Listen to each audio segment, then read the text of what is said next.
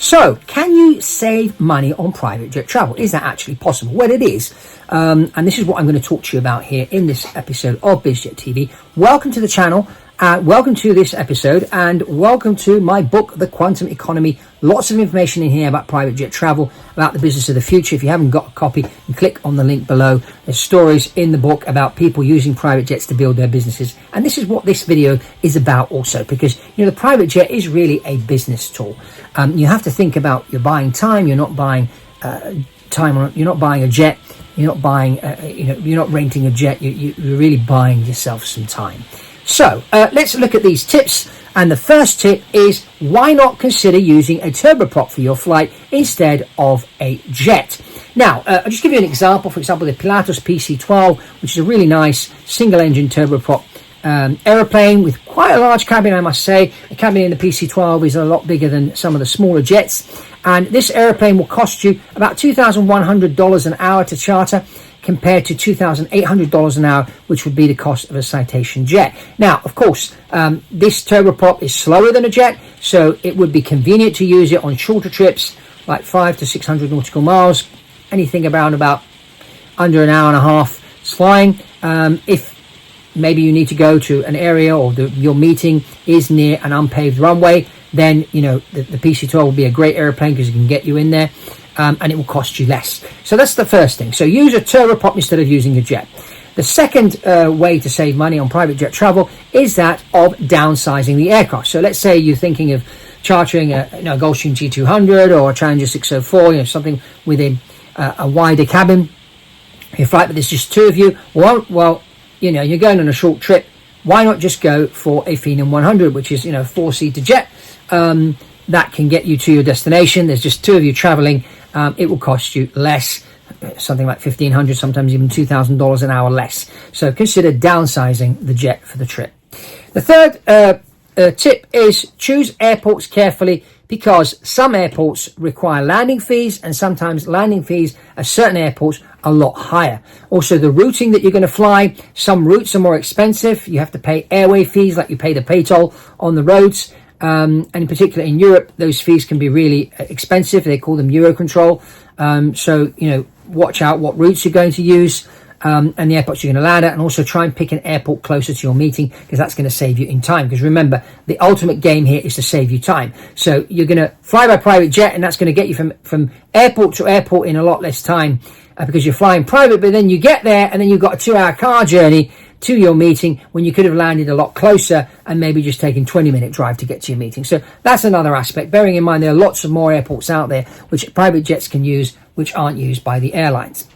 Now, number 4 is positioning costs. This is something that a lot of people don't realize when they ring up the local charter company, or they go on these fancy apps to book a trip. They don't realize that sometimes built into the cost of your trip is what's called the positioning cost. What does that mean? Let's say you're in Houston, you want to go to Sacramento in California, and the airplane's in Dallas. There'll be a positioning cost which you will pay for from Dallas to Houston to pick you up and then fly you there. So what can you do to reduce those costs? You can either go close to the airplane, or you can change the day of flight where the airplane's maybe where you are.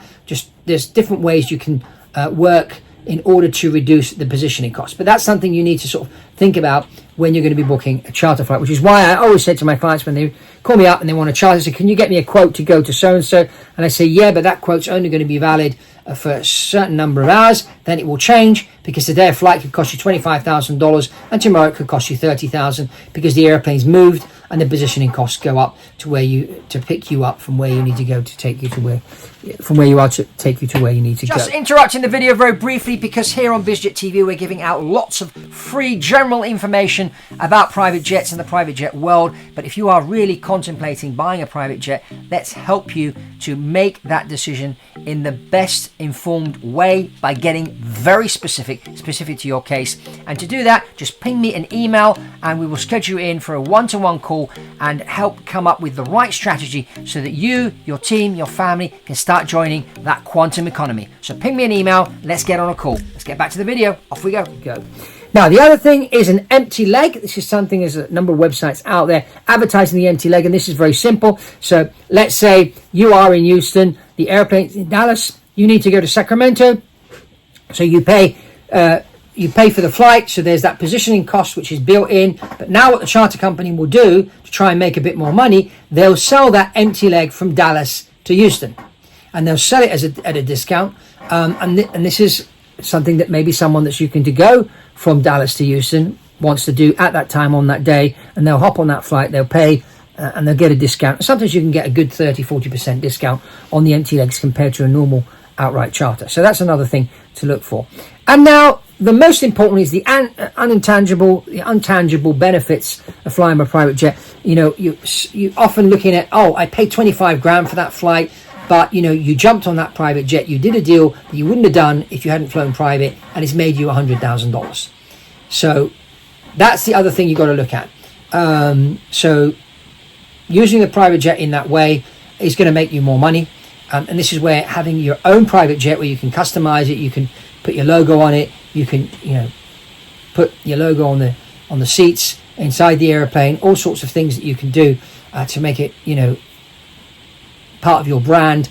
It's really, really valuable. Lots more entrepreneurs these days using their planes to go and pick people up and bring them in to do deals. So the intangible benefits of private jet travel is the most important. Yes, you've got to look at all the numbers, but you know, it's how you use it which is really going to determine whether you're going to make money or not, or how much money you're going to make with it, because it's really a business tool, and you need to look at it like that, as a business tool. So I hope I've answered your questions. If you've got any other questions, you can reach out to me and we can get on a one-to-one call. Remember to get yourself a copy of The Quantum Economy and click on the link below. Also, you'll find a link to my newsletter, which is coming out now every few weeks. And check this other video out, which we did recently, about the dangers of private jet travel. I'm sure you'll find that interesting. And that's all from Fabrizio here on Business Jet TV, and I'll see you on the next one.